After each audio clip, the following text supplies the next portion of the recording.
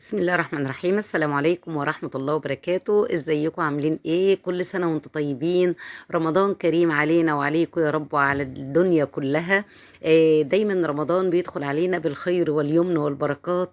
ربنا يا رب يبارك ويبعد عننا كل شر وان شاء الله الأمة كده تكون في خير وسلام ومحبة وأمان وأمن وكل حاجة حلوة يا رب. كل سنة وانتم طيبين. النهارده بقى عاملين الزبادي بطريقه جميله، او السنه دي عاملينه بطريقه جميله جدا. انا لاحظت ان في ترند كده زبادي الفراوله يا جماعه. غير الزبادي الساده اللي احنا بنعمله على طول. انا عامله معاكم الساده السنه اللي فاتت. والسنة دي قلت أجرب ترند الزبادي اللي بالفراولة ده. طلع يا جماعة تحفة تحفة تحفة، وطريقته سهلة جدا. بس طبعا ما شفتش الطريقة كده وخدتها وخلاص، لا قلت لازم تركاتي، لازم أحط الإضافة بتاعتي، لازم أعمل حاجة أو افتكاسة تكون مفيدة وفي نفس الوقت في المتناول وسهلة. زي ما انتم شايفين كده الزبادي واحنا بندوقه. حاجة يعني مش قادرة اقول لكم. بصوا، يعني قضينا على الكاسين اللي احنا كنا بندوق منهم. طبعا مش لوحدي، انا حواليا اللي بيدوقوا. فربنا يخلي ويبارك يا رب. بصوا كانوا عايزين ياخدوا منه، ما كملش تصوير. فقلت بس ستوب لحد ما اكمل التصوير. من جماله ما فيهوش نقطة مية يا جماعة، متماسك. في كل المقومات الجميلة اللي تخليكي تبقي متشجعة وعاملاه جدا. هتعمليه في 4 ساعات بس. ممكن لو نسيتي قبل الفطار تعمليه، هتعمليه بعد الفطار وهيلحق السحور عادي. يلا بقى نشوف الطريقة. أول حاجة جبت 2 كيلو من الحليب الفلاحي، اللبن الحليب الفلاحي، وحطيتهم على النار وفضلت اقلب فيهم كده واخد بالي منهم طبعا عشان ما يفوروش، واحنا اساتذه في فوران اللبن. وكان عندي كيلو فراوله اتاكل منه ربعه. فاتبقى كيلو الا ربع، غسلته وقمعته زي ما انتم شايفين كده. شلت منه الحته الخضراء اللي فيه، وحطيت عليه كوبايه من السكر. كيلو الا ربع عليه كوبايه واحده من السكر. حطيت ربع كوبايه ميه وحطيت عصره ليمون ورفعتهم على النار. انا بتابع ده مع ده على ما اللبن يغلي، او الحليب يغلي، يكون الفراولة خدت راحتها. آه، بتستوي بسرعة جدا. عايزه اقول لكم مربى فراوله، يعني كانك بتعملي بالظبط مربى فراوله. طبعا الناس اللي ما بتحبش الزبادي بالفراوله عادي ما تعملهوش، تعمل الساده. بس احنا عاملين الطريقتين. لكن الطريقة دي يا جماعة بجد تحفة تحفة تحفة. أنا عندي جزء بيحبه بالفراولة، والجزء بيحبه سادة، فقلت أرضي جميع الأطراف وأعمل ده وده.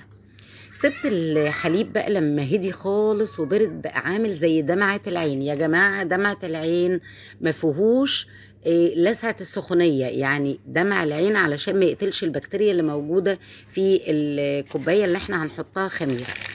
التركه الحلوه قوي اللي كانت تحفه جدا وعجبتني قوي، معلقتين من اللبن البودر. جبت انا كيس بجد ما كانش عندي. فجبت كيس من اللي هو بيتباع في السوبر ماركت ده. وكوبايه من الزبادي كبيره. جبت الكبيره علشان انا عامله 2 كيلو من الحليب. لو هتعملي كيلو واحد هتحطي معلقه لبن بودر واحده بس، وهتحطي كوبايه زبادي الاصغر من دي على طول.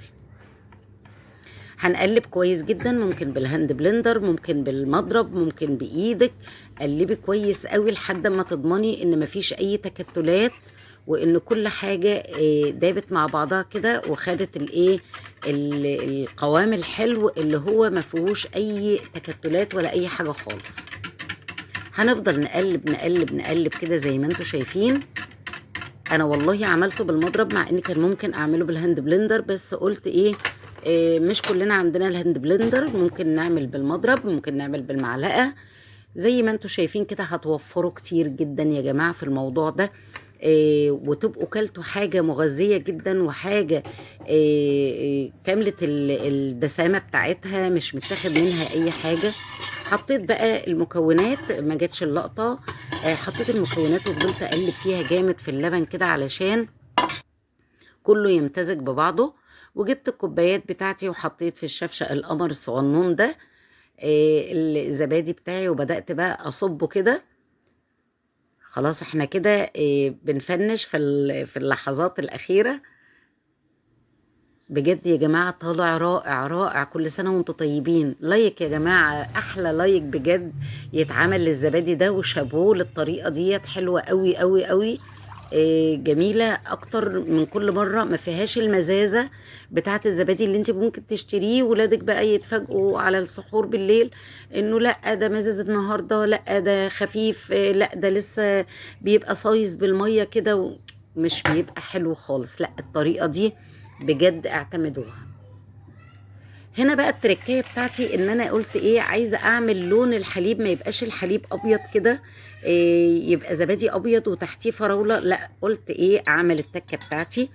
رحت جايبة إيه كيس من الجيلي البودر، خدت منه معلقتين على النص لتر ده. الشفشق ده بياخد نص لتر بس. تدوبه كويس جدا جدا جدا، تفضلوا تقلبوا لحد ما الحبيبات بتاعت الجيلي دي، ما شفتهاش بجد في اي قناة عملتها حبيبات الجيلي دي. المعلقتين دول فرقوا كتير جدا جدا في الطعم، ادوا قوام حلو قوي. جبت بقى المربى بتاعتي بعد ما خلاص هي تماسكت بقى وسبتها بردت كده. لازم تتماسك كده يا جماعة عشان لما تيجوا تصبوا عليها الحليب او تصبوا عليها الزبادي ما تختلطش ببعضها وتدي شكل مش حلو وما تبقاش راسية تحت كده. لكن هي علشان تقيلة ومتماسكة فهي راسية تحت بالشكل اللي انتوا شايفينه ده. هنحط بقى في كل كاسة من الكاسات او كل كوباية من الكوبايات معلقة كده، وهتفضل موجودة تحت لحد اما تيجوا تاكلوا الزبادي بتاعكم. ممكن بقى تقلبوه على بعضه كده وممكن تاكلوها كده. يعني بصوا طعم الجيلي مع الحليب عمل طعم جميل جدا مع ميكس المربى بتاعت الفراولة ديت. عايزة اقول لكم مش هتبطلوا تعملوها، هتعتمدوا الطريقة دي وولادكم هيحبوها جدا. كل اللي بيرفض ياكل زبادي من الابيض العادي ده هياكل زبادي وهيطلبوا منكم كل يوم. وطبعا كمية ال2 كيلو عاملين لنا يكفي 3-4 ايام كمان، فدي حاجة هتتشال من على دماغكم، مش هتبقى لود عليكم ان انتوا تبقوا عايزين تجيبوا الزبادي كل يوم. وحاجة نظيفة وكاملة العناصر الغذائية، حاجة مغذية جدا على السحور ومفيدة جدا لولادنا، وخاصة ان هم في الدراسة دلوقتي ومحتاجين ان احنا نغذيهم. هنصب بالراحة علشان انا كنت ماسكة المعلقة في الاول، عشان لو لقيت في اول كاسة اختلطت المربى بالحليب كنت على طول هحط المعلقة علشان تحجز بقى الحكاية دي، عشان احافظ على انها تبقى الفراولة راسية تحت. والباقي بقى بالجيلي كده كان خطير خطير خطير. كده خلصنا المرحلة دي. هنجيب بقى صواني ونحط فيها الزبادي بتاعنا، هنغلي مية ونحط كمية مية كده تيجي تلت الكوباية مثلا في الصينيتين. والخطوة المهمة برضو والتركة الحلوة قوي قوي قوي انك لازم تغطيه بستريتش او لازم يتغطى باي حاجة علشان ما يعملش الطبقة اللي بتبقى موجودة فوق. كمان حطيت معلقة من الخل في كل صينية علشان دي صواني ألمونيوم ما تسودش من المية السخنة اللي احنا حطيناها. طبعا الفرن بتاعك احسن حاجة بقى، الفرن مفيش هنا الجهاز بتاع الزبادي يعني والكمية كبيرة عليه،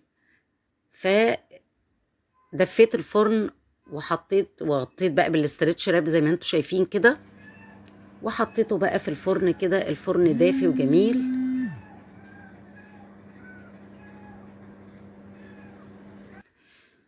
سبته بقى يا جماعة 4 ساعات، 4 ساعات بالظبط كان متماسك وزي الفل وزي ما انتوا شايفين.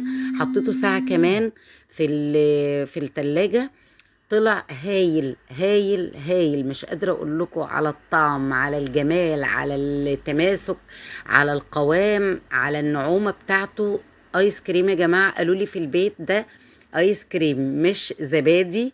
حاجة تحفة. شايفين المنظر من تحت، شايفين الجمال.